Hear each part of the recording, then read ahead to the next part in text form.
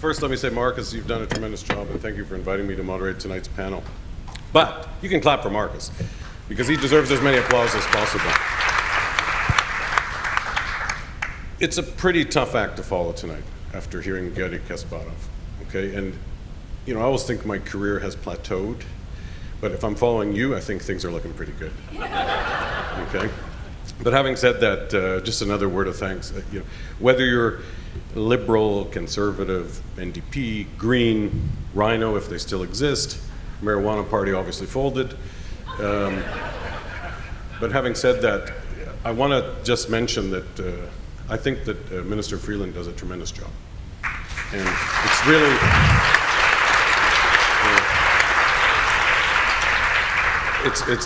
I feel very proud to be a Canadian when I see what the minister has done in her defense, as what Bob Ray said about her defense of human rights and projecting Canadian values abroad, defending what we call, you know, a rules-based international order. You know, everybody knows this actually matters because you understand what happens when the rules start to unravel. Actually, things unravel, and it's pretty obvious. But I really appreciate the type of work you've done. And tonight, for me to moderate this panel, I teach European history, and you know, one of my jobs is to try to convey to young people, you know, how bad things happen and how often bad things happen really slowly. It's not like an overnight thing. Things just kind of trickle away, and a generation of people in a university is 20 plus, and when you live in a country like Canada, you know, that's also like winning a lottery ticket because you're so fortunate. It's a given, but I find it a challenge sometimes to convey to young people how important it is to stand up for things that are really important and to recognize when things are starting to unravel and that you need to stay engaged. And that's why I'm so proud to be part of a discussion like this tonight, which reminds us that not that long ago, people carved up territory without any mind to the people who lived in the territory. And it preceded 1939, of course, too, because we also have to remember the disappearance of Austria in March of 1938. It's not identical, but let's be mindful of that. We also, because I recognize that the Czech and Slovak Association here is a sponsor, I saw Ivan Počuk, who's the Consul General of the Czech Republic here in Toronto. We have to be mindful of what happened in September 1938 with the Munich Agreement. We have to be mindful of what happened subsequently in March 1939 with the total disappearance of Czech Republic, Bohemian Moravia, and the creation of the Protectorate of Bohemian Moravia. So having said that, and again, just a word about me, I'm a small state specialist. I made my career studying Albania. And Albania wasn't under Soviet occupation, but it was under a type of occupation, which was a communist dictatorship. I was very proud to be part of the process that liberated Albania in 1991. And for those of you who don't know, I spent the rest of my career trying to fight for an independent Kosovo. And I consider the independence of Kosovo an extremely great achievement. Because, yes, everybody, it's a change of territory, but it wasn't a change of boundaries by force. It was a change by consensus. So when you hear comments from the Russian government, for example, comparing Kosovo to Ukraine, please do not buy that stuff, because this is beyond absurd. But I think I've said enough. What I need to do now is introduce our panel. We're going to go this way, which I think is clockwise. Is that right? It's clockwise. And I'm going to give very short introductions, because I think it's really important that we have our speakers give 5 minutes of remarks, and then I'm not timing, by the way, but I would like everyone to try to adhere that. I'm not a very good disciplinarian. So I'd first like to introduce Professor AUREL BRAUN from the University of Toronto, Department of Political Science.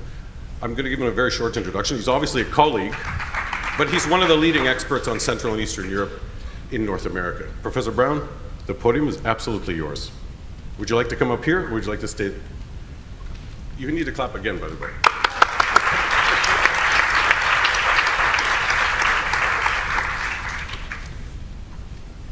Thank you, Rob, and thank you, Marcus, for organizing this extremely timely and very important conference.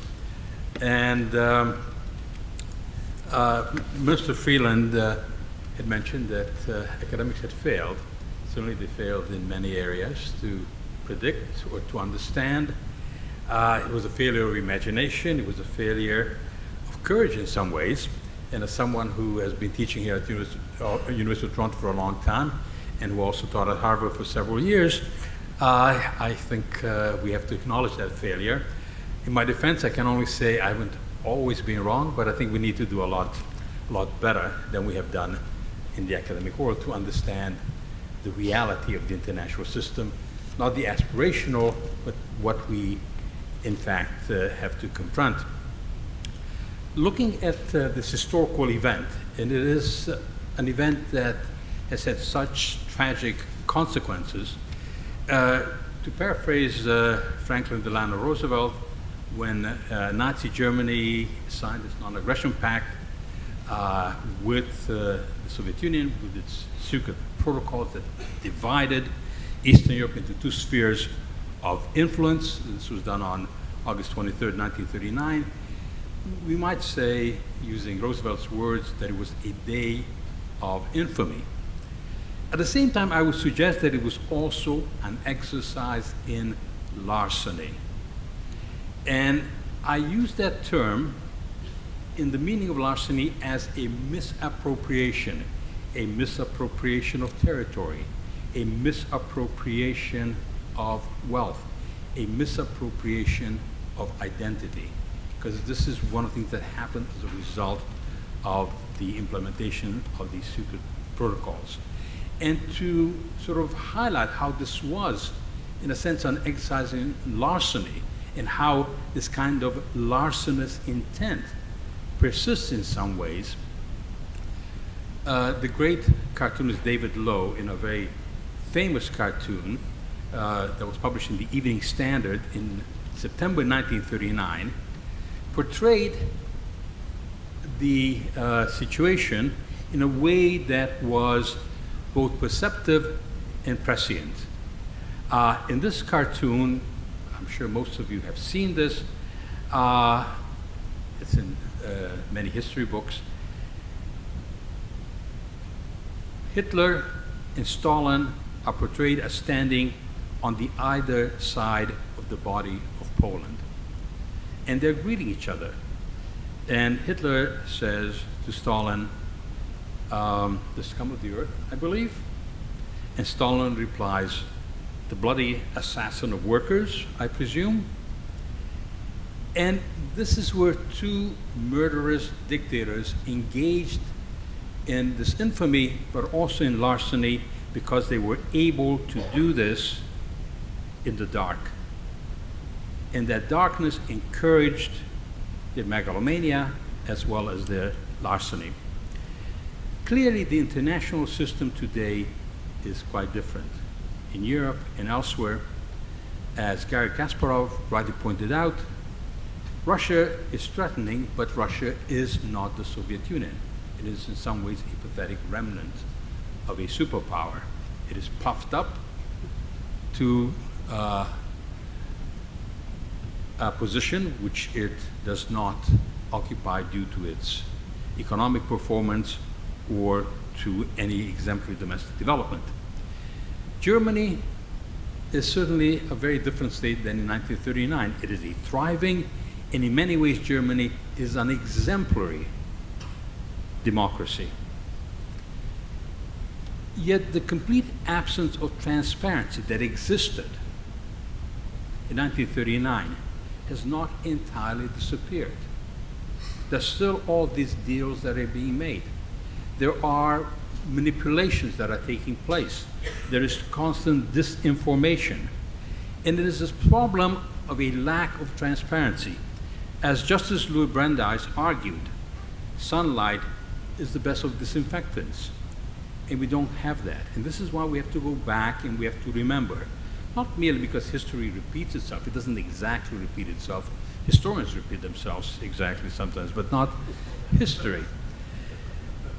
But history does condition. It leaves legacies. And as Kierkegaard put it, life must be lived forward, but can only be understood backwards. It turns out that under Vladimir Putin, there are just too many disturbing elements and impulses from the Soviet past.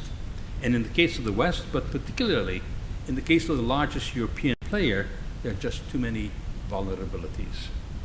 Unintended vulnerabilities, but real vulnerabilities. And under Putin, Russia has been very good at exploiting these vulnerabilities. It is the Kremlin's belief that it can successfully do so, that it is able to take advantage of the gaps in the West, that there are these dangerous international temptations. They were not made to pay a price after Georgia or what happened even in Moldova, and they have been able to engage in cyber war in the case of Estonia. They constantly and relentlessly militarily prod and probe Western defenses and airspaces, and there's no sufficient penalty. In that sense, Russian foreign policy continues to engage in a form of larceny, confident in its ability to manipulate, and also compelled, I would argue, and perhaps during the question period we can come to that, also compelled by certain domestic factors. And this was alluded to by Gary Kasparov. There has to be a diversion away from the fact that this is a country that has unparalleled natural resources, astonishing human talent, and by comparison, it is wretchedly poor and it is an economic failure. So it has to have that foreign diversion. Now, in its invasion of Ukraine, Russia used hybrid warfare, which was a combination of armed violence, psychological manipulation, and information war. Though Russia did not invent hybrid warfare, it has used it effectively. It incorporated into it the Soviet doctrine of maskirovka, which is essentially military deception, but in foreign policy, it is broader and more nuanced. And it also incorporated the Kremlin, that is, the older KGB method of reflexive control, where the intent is to play on an opponent's predispositions and predilections as a way to manipulate them. It is to get them to voluntarily come to what are predetermined decisions desired by the initiator of the actor. It is, in a sense, like judo, that you look for weak spots, you turn them to your advantage, and you turn the opponent's strength into a disadvantage, and judo is Putin's favorite sport. With reflexive control, the attempt is made to locate the weak links in the system and then exploit them with a variety of arguments and appeals against that again play on the predilections and predispositions of the target. And this has been used no more effectively anywhere, I would suggest, than in the case of Germany, which is the largest and most pivotal player in Europe. And again, Germany is in many ways an absolutely exemplary democracy that has shown compassion to refugees. It is led by a leader who has experienced the horrors of communism, Angela Merkel, a brilliant, compassionate woman, but at the same time one that has an aversion to confrontation, in a sense also an aversion to all things military. And the Kremlin knows this. The Kremlin knows that Germany is underperforming. It knows that Germany is not spending on the military that it should. And the German economy is by far the largest and strongest in Europe. And it is playing, that is the Kremlin, on the predilections of the Western allies, but particularly Germany. These are irresistible temptations for Moscow. They use energy as a weapon, pipeline diplomacy. Nord Stream 2 was mentioned, and that is a disastrous development because it is a case where the Russian economy, which is so unidimensional, is able to be employed as a way of exercising leverage over one of the most successful democratic, capitalist, free enterprise economies, that of Germany. Nord Stream 2 together with Nord Stream 1, which bypasses Poland, bypasses Ukraine. Some of these things were done behind the backs of these European states, have undermined that kind of cohesion. And this is what Russia wants to do, to divide NATO, to divide the transatlantic alliance. And so we have a situation where Russia is able to conduct its politics. It is able to pursue its larcenous intent without transparency and without counterweights or without adequate counterweights, especially from the new members of NATO because they've been ignored by the West Europeans. It presents a great risk to allies. Russia continues to play on the predisposition, particularly of the Western European allies, against building up military strength. They haven't even met anywhere close, Germany, Italy, to the 2% they committed themselves to spend. And these create policies that are risky in the long term to Europe, that are risky to international peace. And I think it is essential that the West understands how it is being manipulated, that it understands that in the case of the Putin government, it is one that uses domestic failure almost as a foreign policy imperative, as a diversion. And we must really not continue to fall into that trap. Thank you.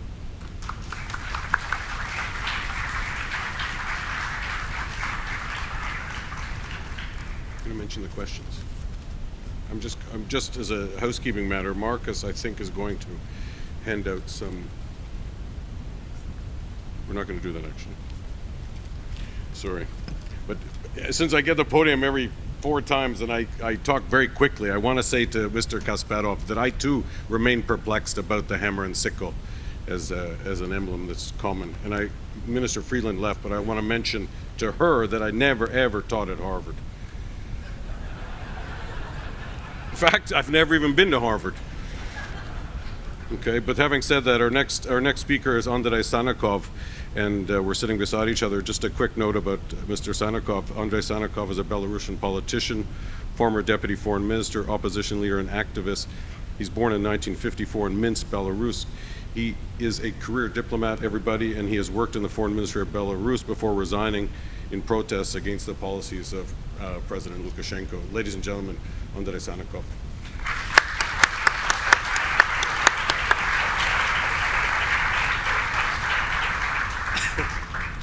Thank you very much. I realize that when you stand here, the moderator, you cannot see the moderator, so he cannot control you. But I promise to be brief. Thank you very much, Marcus, for organizing this very important and exciting event. But frankly, it's not easy for me to hear, for example, Minister Freeland welcoming ambassadors of free countries from the former Soviet Union, not Baltic states. I never made this mistake to include Baltic states in the Soviet Union, because my country is not free. It might be independent, but it's not free. And it is living under occupation of the anti-Belarusian regime, actually as a successor of the Molotov and Ribbentrop, because Lukashenko managed to combine in himself admiration of Hitler. He said it himself in '95 that his idea of presidential state corresponds to the ideas of Adolf Hitler. And he also organized near Minsk the amusement park, which is called Stalin's Line. So there is an interesting combination. When I see the sponsors and those who supported it, is also really painful not to see the name of official Belarus. But at the same time, it would be an embarrassment to have the authorities represented here. So I'm really honored and very proud to represent here free and democratic Belarus. You know, quite recently, I live in exile now in Poland, and quite recently, the Estonian president, speaking at the commemoration of the 80 years of the beginning of the World War II, said that for Estonia, the World War II ended 25 years ago, when the last vehicles with the occupants' troops' hardware left Estonia. And that the outbreak of World War II brought 50 years of suffering to Estonian people, nation, state, economic regression, and absence of freedom. Same is true for Lithuania, which was freed of occupant troops in '93, and same is true for Latvia, of course, which was a little bit later in '96. I cannot say the same about Belarus, because probably I would say that not even World War II, but World War I is not over for Belarus. Because, you know, when we speak about the Molotov and Ribbentrop Pact, which is absolutely appropriately called here Nazi-Soviet Pact, we speak about the partition, about the decision on the fate of the people and countries without their participation, without their representation.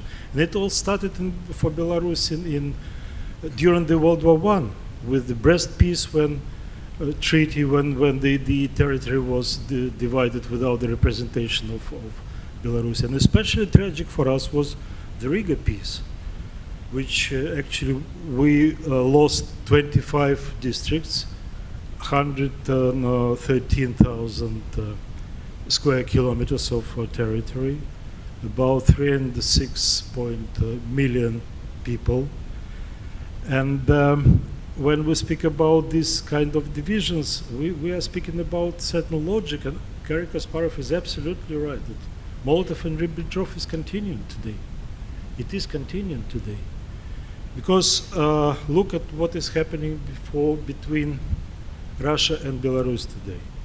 There is a clear plans which everybody is discussing of Russia to incorporate Belarus, to swallow Belarus. There is a union treaty which actually was signed not by Putin and Lukashenko, but by Yeltsin and Lukashenko, by democratic government of Russia. Union treaty, so-called to create so-called union state between Russia and Belarus.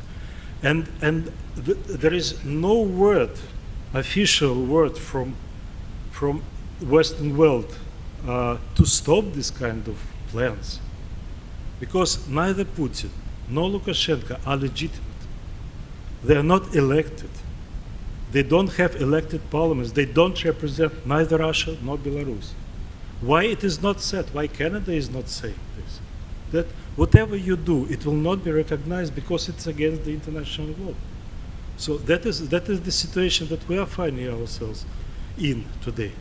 And let me remind you that I think that the lesson of this pact is not learned, because the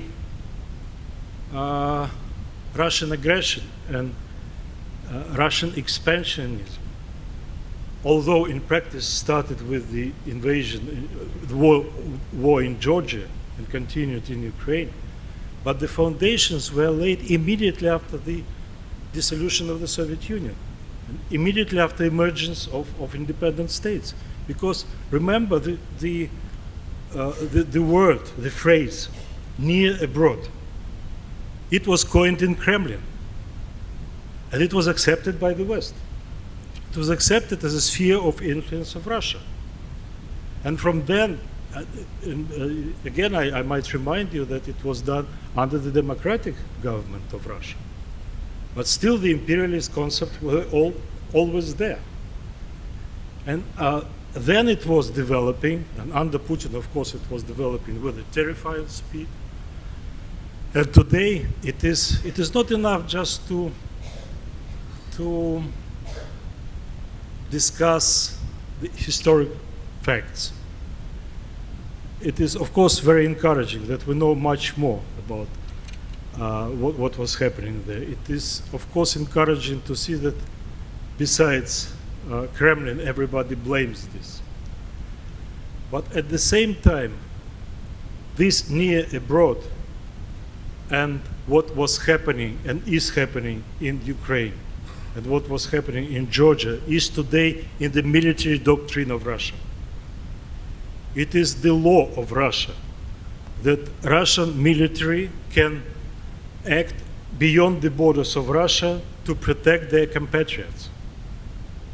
Moreover, as regards Belarus, you know, it is really scary because Lukashenko signed the order 446, if I'm not mistaken, saying that there is allowing Russian and Belarusian special forces to be deployed on the territory of each other for counter-terrorist operation, which means invitation for Russian forces to interfere in Belarus if any kind of challenge will be produced by the Belarusian people against the dictatorial regime.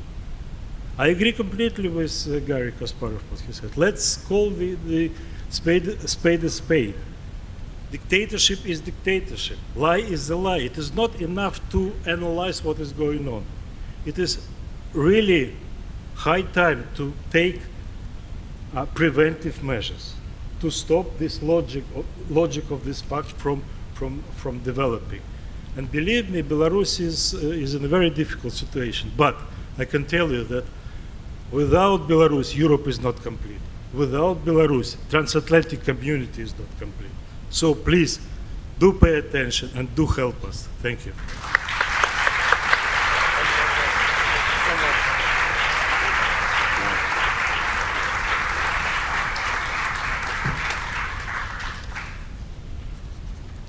Andrei, thank you very much for that. And our next speaker, I'm just getting my notes ready here, everybody. Andrei, by the way, I'm especially pleased you're here tonight because I think that we don't talk enough about Belarus. Okay? And I'm very touched by your speech and I appreciate it very much. And for me, it's a real honor to meet you tonight. Our next speaker, everybody, is Sandra VOKK, and she is a member of the board at the Estonian Institute of Historical Memory. She has previously served as CEO of the Unitas Foundation, focusing on history and human rights education. She has a Master's of Science in Social Anthropology from the University of Oxford. Ladies and gentlemen, Sandra VOKK.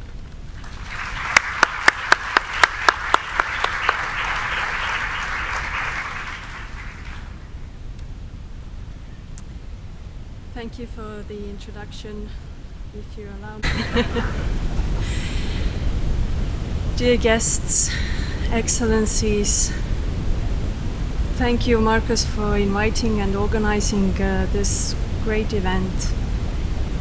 And I'm so humbled and honored to be among this group of very intelligent people. I'm looking particularly at Mr. Kasparov because, according to Goethe, chess is the touchstone of intellect. And as I was preparing for my short intervention at the beginning of the panel today, it was actually Mr. Kasparov and chess that inspired me to approach today's subject in quite an unusual way, perhaps, through chess. And I would like to remind of an event that happened in 1980. It was the year when Douglas Hofstadter, who is the author of the book Gödel Escherbach, won the Pulitzer Prize for this book, and he stated that the only chess program intelligent enough to beat a human opponent is such that is able to decline an invitation to a chess game and reply instead, "Pardon me, but I'm bored of chess and would rather talk about poetry instead." In other words, Hofstadter was saying that a computer is not intelligent enough to win a human being in chess. 18 years later, I believe, if I'm not mistaken, Mr. Kasparov actually lost a chess match to the computer program Deep Blue. 17.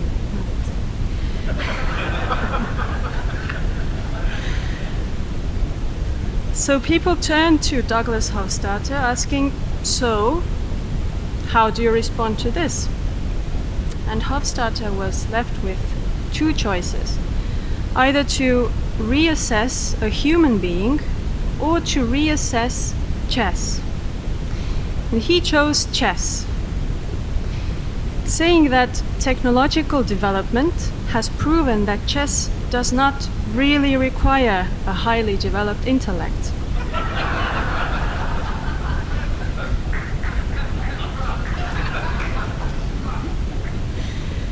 nor the existence of a soul, as opposed to such high art as music and poetry.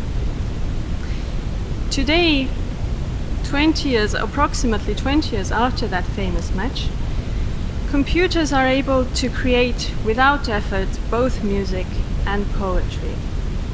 Not to mention all the other things they can do better than humans.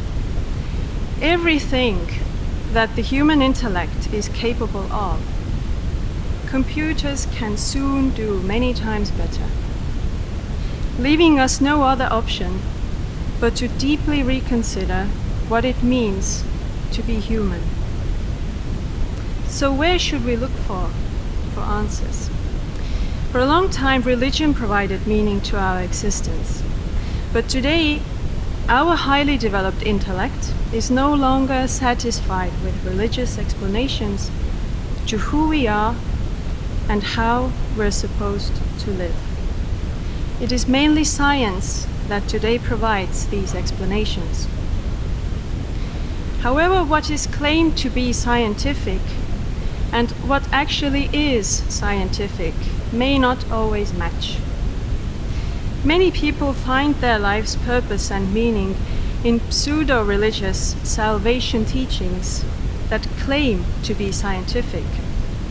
These include the totalitarian ideologies of the nationalist and internationalist kind of Nazism and communism. When Friedrich Nietzsche stated that God is dead and that we killed him, he saw in God's death also a possibility for the emergence of a new type of human being, the more advanced Übermensch. Nietzsche's influence is clearly present in the National Socialist ideology, which, in appealing to science, justified the mass extermination of the alleged Untermensch for the purpose of creating a highly developed human being. The attempt to create a new type of person and society and to destroy the old was the main goal of communists too. The ideal human being, according to the Soviets, the new Soviet person, was selfless, learned, healthy, enthusiastic, and persuasive. After sufficient programming, these qualities were supposed to emerge in all Soviet citizens, regardless of their ethnic, linguistic, or cultural background. Only at the cost of millions of lives and with no promised paradise in sight have we understood that the attempts of the National Socialists and of the Communists in redefining human beings lead to disaster. Both regimes took advantage of the deepest instincts programmed into all human beings: the fear of pain, of death, and the wanting to belong. And as a result of sophisticated or crude manipulation, war became peace, freedom became slavery, and ignorance became strength. Hofstadter may have been wrong about computers' inability to beat human beings at chess, but I believe he was right about intelligence itself.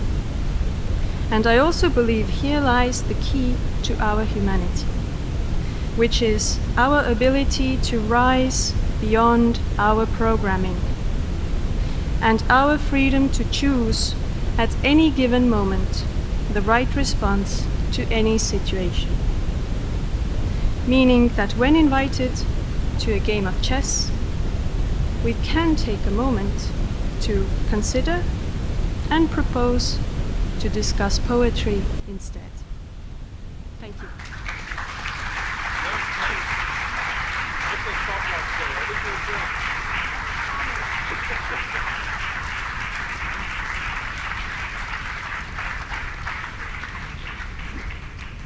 Sandra, thank you very much. Are you living in Toronto? We need to have you around the university more often. Okay, so keep. Okay, but she can come from Estonia back. Okay, good. Let's talk about that. So our next speaker is Victor Rudd, and again, a few sentences about Victor. I feel like we know each other, but I don't know how. That could work. My father was a lawyer, but that doesn't matter, does it? It's not that small a world, is it? Having said that, Victor Rudd graduated from Harvard College and Duke University Law School and has been practicing international law for 40 years. He has served as special counsel to a member of the U.S. delegation to the Madrid Review Conference on Security and Cooperation in Europe. And this is, I think, a really critical sentence for tonight, Victor. Before the fall of the Soviet Union, Mr. Rudd represented in the West Soviet dissidents persecuted by the KGB. And I'm going to end it there because he's going to take it from here. Ladies and gentlemen, Victor Rudd.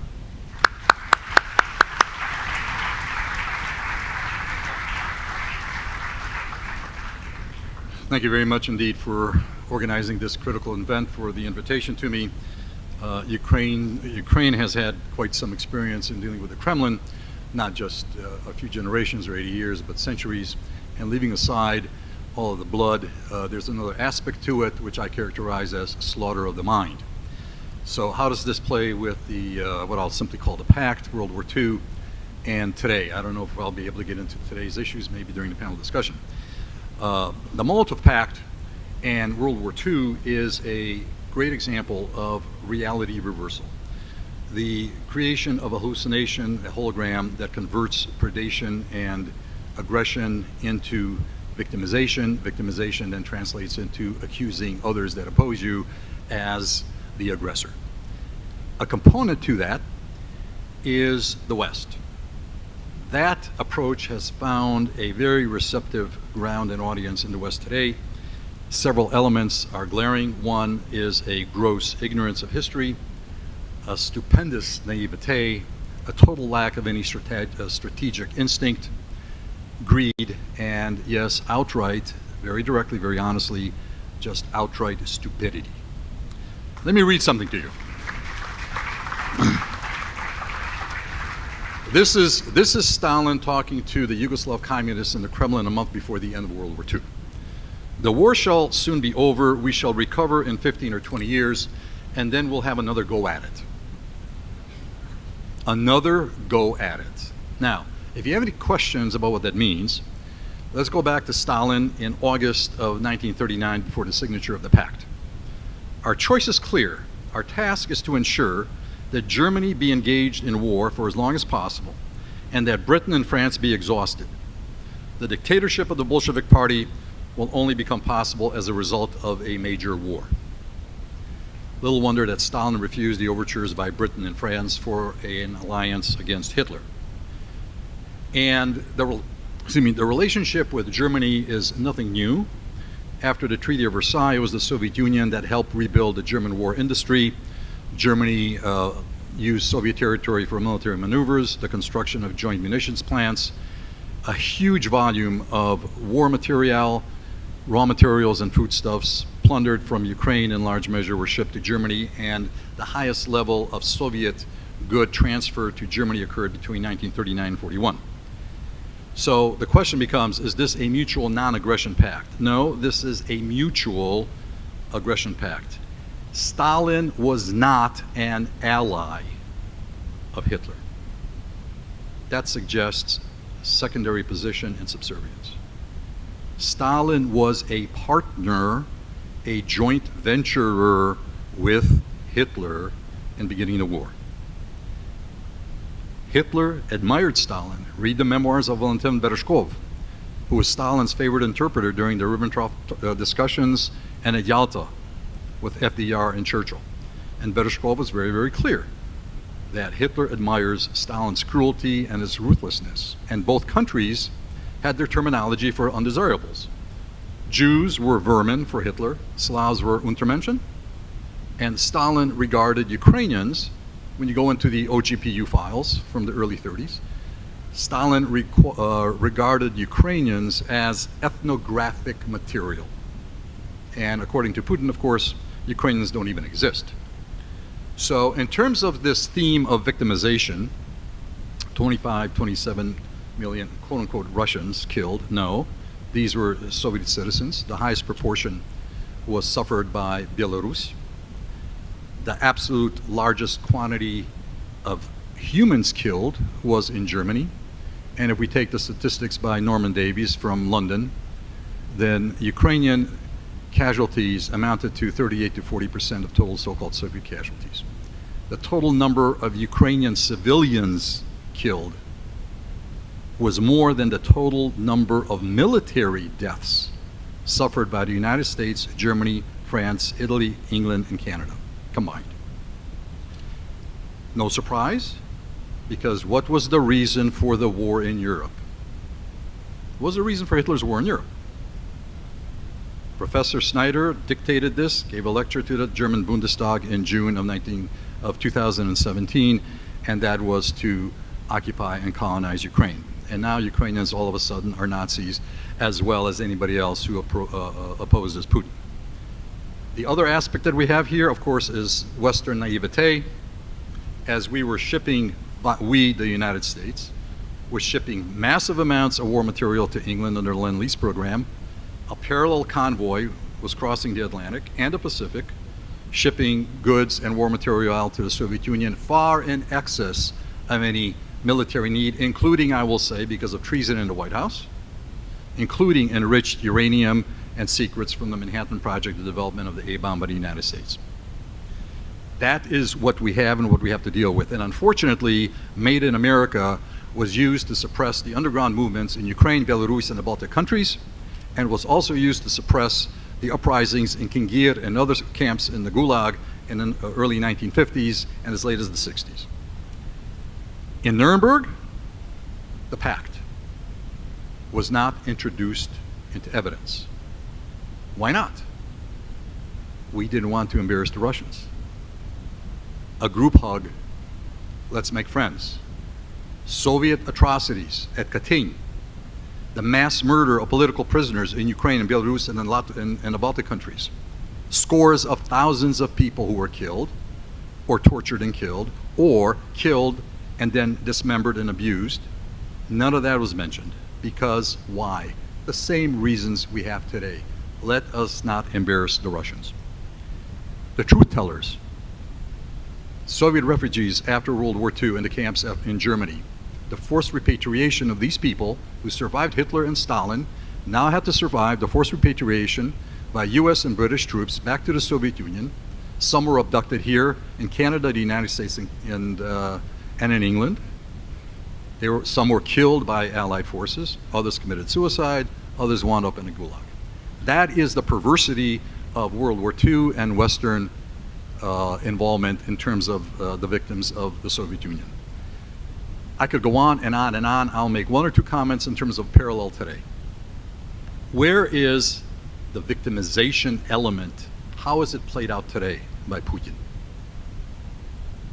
Where do you see it? Crocodile tears about the fall of the Soviet Union. All of a sudden, here are the terms: humiliation, disorientation, confusion, lost pride, sadness, defensive, monumental injustice, dispossession, insult, trauma, revenge. Excuse me? We are put psychologically, unconsciously, subliminally, not we, not you, not 90% of this audience, but the typical American, West European is psychologically, unconsciously put into a position of being on the defensive. That is always, always the Russian psychological tactic. Blame, excuse, deny, dismiss, but above all, always demand and accuse. So if we're talking about reality reversal, then we have now the Russian invasion of Ukraine, but shouldn't it be the other way around? Shouldn't Ukraine have been able to assert claims against Russia for what was done during the Soviet Union days and so on and so forth? It doesn't happen.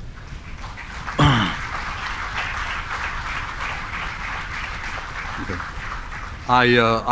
We may get into some of the current relevance of all this in the panel discussion. I don't know, but I'm anxious to give the last gentleman an opportunity at the podium. Thank you.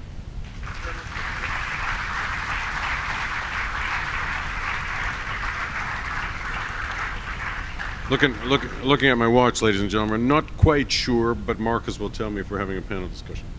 We'll play it by ear. Marcus just looked at me. He didn't tell me either way. Our next guest is MARIUS LAURINAVIČIUS. Sorry, I brutalized the Lithuanian name, and I apologize. I'm chair of Hungarian Studies, which means I should be able to pronounce every name in the world, but this one I blew. So Marius, I apologize for that. And I practice it so much that when you over-prepare, it's worse than under-preparing, and everybody knows that. A couple of words about Marius. He's a senior expert at the Vilnius Institute for Policy Analysis, and I just want to mention two books that are important for tonight's discussion.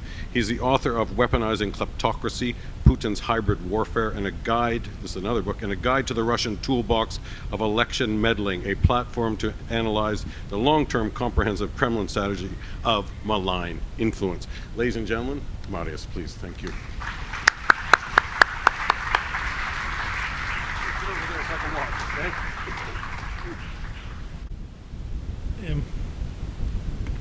First of all, I would like to thank Marcus and all the other organizers for having me here. It's a huge privilege and honor to be here and to speak in front of you. But it's also a challenge. A challenge because it's always very hard to speak, to be the very last speaker at any conference. But today it's even a bigger challenge because we had such a tremendous speech of Mr. Kasparov. I really mean that I could say that I sign every word which has been said by Gary, and I can go fly back home because it's really so. But I will try to do my best to tell you some words which, to my mind, are still missing. And for me, this conference is not about history, and it's not about Putin's regime. I would be happy to join a discussion about Putin's regime because I've been doing that research on Putin's regime for 27 years already. So, but for me, this conference is about us, not about these politicians which were mentioned by Gary. It's about us. Because it's not enough to know our history, and it's not enough to learn from history like we're learning at school. We are at the moment when we need to do something, not to repeat these great lessons. And I fully agree with Gary that the problem is that we had no Nuremberg on communism and on KGB. I can tell you more. I'm afraid that we will not solve the problem with current Russian regime. I'm not talking about Russia. I'm not talking about Russians. I'm talking about current Russian regime. So I'm afraid that we will not solve the problem with current Russian regime until we will not have, maybe not Nuremberg, maybe Hague process against them. But the problem is that, first of all, we should start this in our minds. Baltic states has started a process of a campaign to equate communism and Nazism and crimes of communism and Nazism quite long ago, quite many years ago. How many of us have joined this campaign? Not many. We are talking about symbols of communism. And again, I fully agree that it's a problem that it's legal to use these communist symbols, and we legitimize these symbols. But how many of us have joined the other campaign? Because a year ago, or even less than a year ago, Lithuanian government has started a campaign against Amazon, which still sells products with communist symbols. How many of us have joined them? The other thing, I fully agree again with Gary that we are at state of war. We're already at state of war because Putin's regime is waging a war against us. I can tell you more. I'm afraid that we are not so far from a real war. I mean a war with artillery, planes and bombing. Why so? Swedish defense agency VOKK a year ago, or less than a year ago, made a conclusion, made a huge research and made a conclusion that Russia is preparing a war with NATO, not with Ukraine, not a war in Syria, but a war with NATO. How many of us are even aware of that and admit that? Because if we admit that, we would be much more serious about our defense. We have a huge problem with spending on our defense, especially in Europe. We have a huge problem, might be not in the United States, but in many, many countries we have a huge problem on our defense.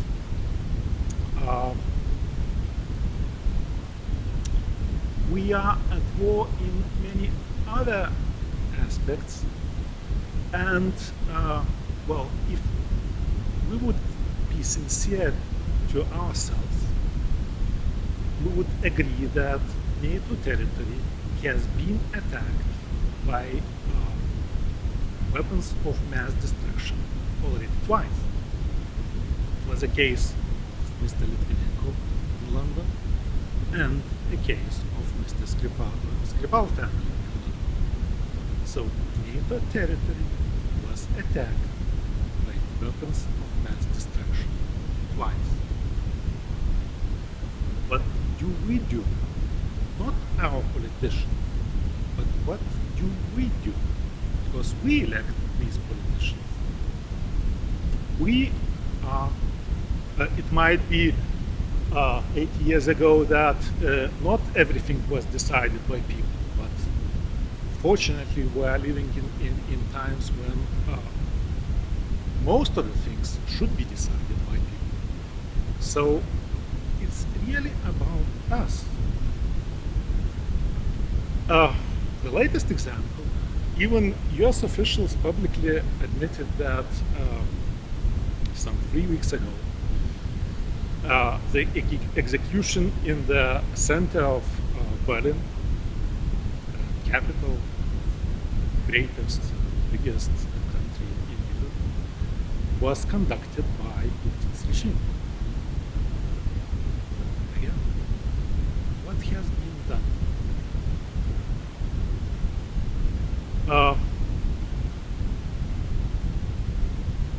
The other thing which concerns all of us, all around the world, terrorism. Why Russia is not, current Russian regime is not called a terrorist supporting country? It's not about any theories. There is a report of International Crisis Group where it's clearly stated that Russia opened its borders for terrorists going to fight for ISIS in Syria. It's a public information. What have we done about that? The last thing, there's quite a lot of evidence that Russia, current Russian Putin's regime, is a mafia state. Let's talk about the latest trial in Spain, where Spanish prosecutor, I'm not talking about any journalistic investigations or any researches by people like me. I'm talking about investigation which has been done by our law enforcement officials. In this investigation, it's clearly said, and it's supported by evidence, that people whom we call mafia in Spain are directly connected to Kremlin. So what have we done about that? And it's not, again, it's not about politicians. It's really about us, because if somebody would say that we need to cooperate with mafia, what will you say to such kind of politician? But when you are told by your politicians that, well, we should cooperate with Russia, we just need to admit simple things by ourselves, that we can't cooperate with people who support terrorism. We can't cooperate with people who are mafia guys. And it's not about politicians, it's really about us.